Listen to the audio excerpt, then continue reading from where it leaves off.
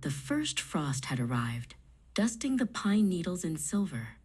Bram and Alara were busy gathering the last of the soft green moss to line their beds for the long sleep. Bram stopped and looked toward the next hill.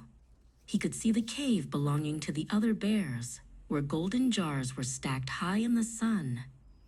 "Look at them, Mama," Bram sighed, his shoulders drooping. "They have so much." Bram wandered back into their own small cave. He walked straight to the corner where their winter food was kept. Resting on a flat stone was a single, small clay pot. He tipped it over, watching a tiny, slow drop of honey crawl toward the rim. "Our pot is almost empty," he whispered. "We will be hungry while the neighbors have a feast." Alara came inside, her fur smelling of cold air and pine. She saw Bram staring at the pot. "A full pot is a wonderful thing, Bram," she said gently, sitting beside him. "But a full heart is even better." Bram shook his head. "Hearts don't stop your tummy from rumbling, Mama. I wish we were like Zola and Prosper. They have enough honey to last 3 winters." Down the trail, Zola and Prosper were indeed busy. They were grunting and groaning as they pushed heavy, sticky jars into their deep cavern. Their faces were tight with worry, and they didn't look up to see the beautiful pink sunset or hear the song of the late-season birds.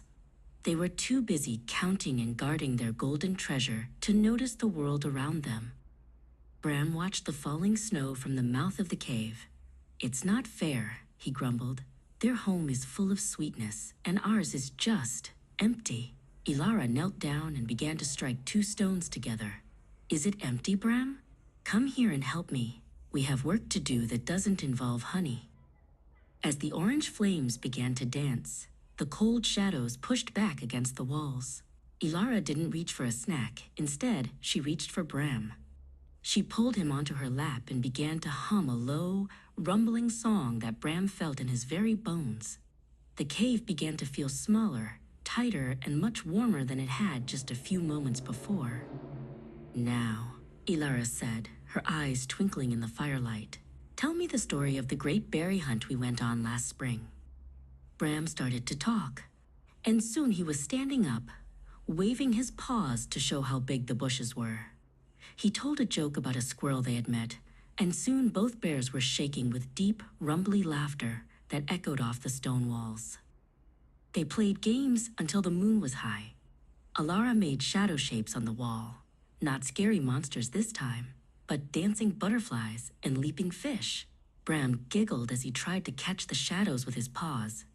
The empty honey pot sat forgotten in the corner, a lonely object that didn't seem important anymore. When they finally grew tired, Ilara wrapped Bram in a thick blanket of dried grass and soft moss. "Do you feel empty, little one?" she asked softly. Bram snuggled closer to her side, feeling the steady thrum of her heart. "No," Bram whispered, his eyes fluttering shut. "I feel like I'm filled up to the very top with sunshine."